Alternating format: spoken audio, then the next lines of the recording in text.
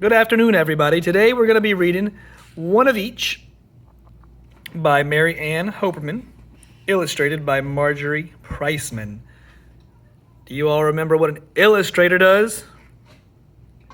That's right. An illustrator draws the pictures in a book, and the author writes the words. So the author is Mary Ann Hoperman, and the illustrator is Marjorie Priceman. So look at the cover of this book. What do you all notice about the dog? Did any of you notice that he's wearing a hat? Or that he has a jacket on? Or pants?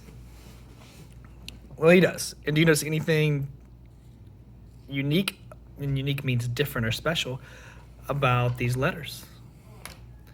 One of each.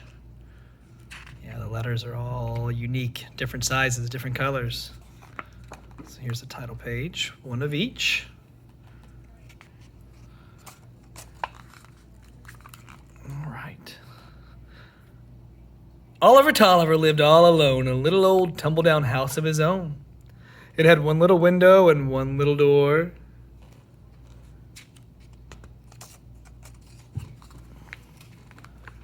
And one little carpet that covered the floor. It had one little table and one little chair, and one little closet, and one little stair.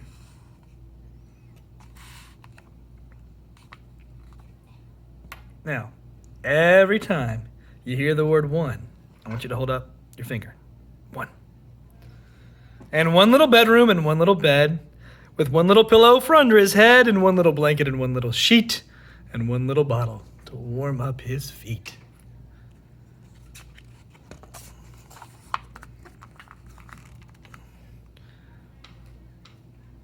In the one little kitchen was one little sink and one little cupboard all shiny and pink. And inside the cupboard, one pear and one peach, one plum and one apple, just one of each. One plum and one apple and one pear and one peach, just one, only one, simply one of each. There was one little clock that went tick-tock, tick-tock. Over one little fireplace built out of brick, there was one little bookcase with one little book and one little mirror where someone could look. Think about what you all know about Oliver Tolliver so far.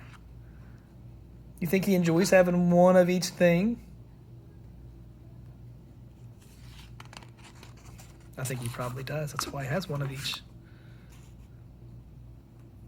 And when Oliver Tolliver looked all around, he smiled with delight, for he liked what he found. It all seemed so fine, every one of each thing, that he felt just as happy and proud as a king. So yes, he does like having one of each thing.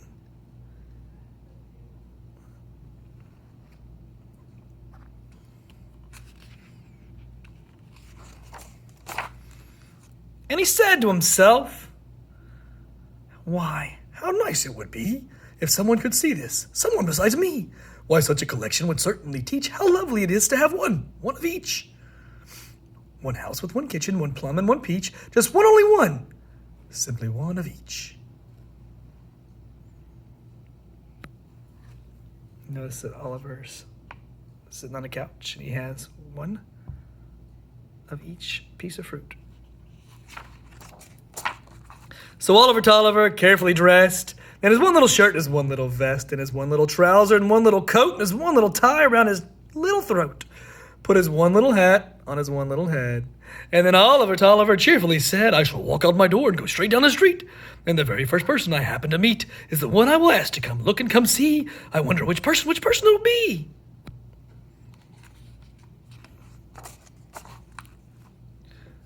He started out walking, and soon someone came. A nice-looking person, he asked her name. She said it was Peggotty, Peggotty Small, and said she was pleased to come over to call. Come over to call, that's interesting. Who knows what come over to call might mean? So let's read that sentence again. And she said she was pleased to come over to call. Think about it for a second. What do you think is going on here? Oliver left his house, got all dressed up, went out looking for people to come see his house, and Peggotty said she was pleased to come over to call. You might guess what that means? I think it means that she wanted to come visit. He showed her his stove and his one little sink and his one little cupboard all shiny and pink, his chair and his table, his bureau and bed, and his one little pillow for under his head. And each time he showed her one of each treasure, he looked for a sign of enjoyment or pleasure.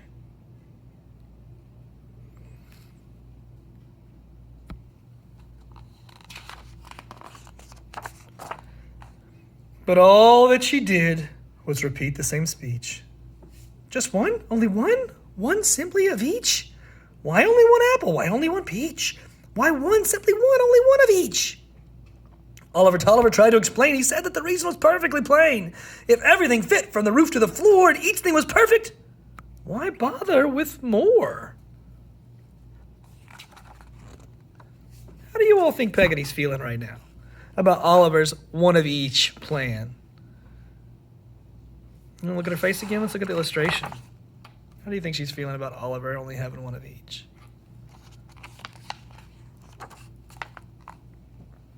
But Peggotty answered, I cannot agree. It may be for you, but it isn't for me. There's one chair to sit in and one plate to eat on, and only one footstool to prop up your feet on. One cup and one saucer, one pear and one peach. Oh, dearie, how dreary, with just one of each. A guest in your one of each house does not fit. It's made for one person, and you, sir, are it. It's perfect for one, sir, if he's on his own. And so, sir, I'll go, sir, and I'll leave you alone. How do you all think she's feeling now? That's why she was upset about him only having one. He invited her over, but he couldn't do what? If you only have one of something, it's really hard to share, right? Then Oliver Tolliver looked all about. He looked up and down, and he looked in and out, and he saw that what Peggotty said was quite true. His one of each house was not suited for two. His one of each things never came to an end, yet one thing was missing. He hadn't one friend. Oliver Tolliver raced out the door, and he hurried downtown and ran into each store. And each store he entered, he made the same speech. I like this one and that one, and just one of each. He bought this one and that one. And when he was through, he hurried back home, and now each was two. So he's going out and buying two of everything now. One more of each makes two, right? 1 + 1 = 2. And when he'd arranged all his new things to fit, he liked what they looked like. He had to admit the house was less empty. The kitchen felt new. The table seemed friendlier, set up for two.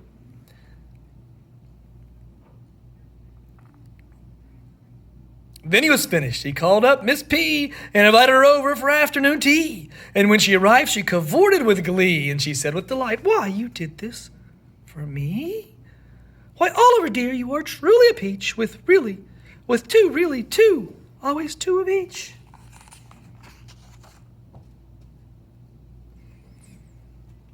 They sat at the table in perfect accord, and they each took a teacup, and Peggotty poured. And they each had a cupcake, and when they were done, Oliver knew two was better than one. Jolly and friendly, more cheerful and more fun. Then little by little, new friends came to call, and Oliver found he was fond of them all. What a pity, he thought, there was not any more cupcakes to offer, more tea he could pour. Then he had an idea as he opened the door, an idea that he never had thought of before. He sharpened his knife and he polished his plate, and he asked his new friends if they kindly would wait. Then he went to the cupboard, and in he did reach, and took out his fruit. There were now two of each. And he carefully cut them, each plum, peach, and pear, and he passed round the plate so they all had a share, and he found as he nibbled the peach and the pear and the plum that they all tasted better when each of them had some. And even though each person's piece might be small, eating with friends was the best thing of all. And by sharing his pieces of plum, pear, and peach, each one can still have one of each. Wow, that was a really neat story. So he started off really happy with himself, right? He had one of each thing. Yeah, but what do you think the author, Mary Ann Hoberman, the person who wrote the words, the author, what do you think Mary Ann was trying to teach us? What was the author's message? Think about it for a second. What did you learn in that book? So what was Mary Ann Hoberman trying to teach you? Well, was she trying to teach you that dogs can wear clothes? I don't think so. Was she trying to teach us that dogs live in houses? I don't think so. I think what she was trying to teach us is that dogs should have gardens and water them, right? Nope. I think Mary Ann was trying to teach us that if we share and we're generous, we're going to meet a lot of new people and have new experiences and make new friends. And how you set yourself up shows how generous you're going to be. So at first, Oliver, he only had one of each thing. So when people saw him or saw his house, they might think, oh, he doesn't want me here.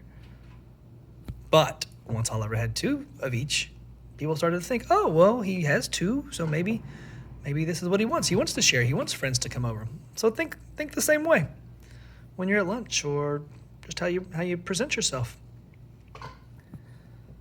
All right. So what do we keep hearing over and over again in this story? What phrase or what word? It was the word one, right? And they told us on the cover, on the title, or in the title, that one of each was what this book was about, right? That was what they called it. So the repeating phrase that we kept hearing over and over again was the word one. And my last question. So how did listening to someone else? He took someone else's opinion. How did that help him? How did that help Oliver? Let me show you here. He listened. There she is. Peggotty. He listened to Peggotty. How'd that help him in life? Well, before he listened to Peggotty, he was all alone in his house, just Oliver and his things. But after he listened to Peggotty,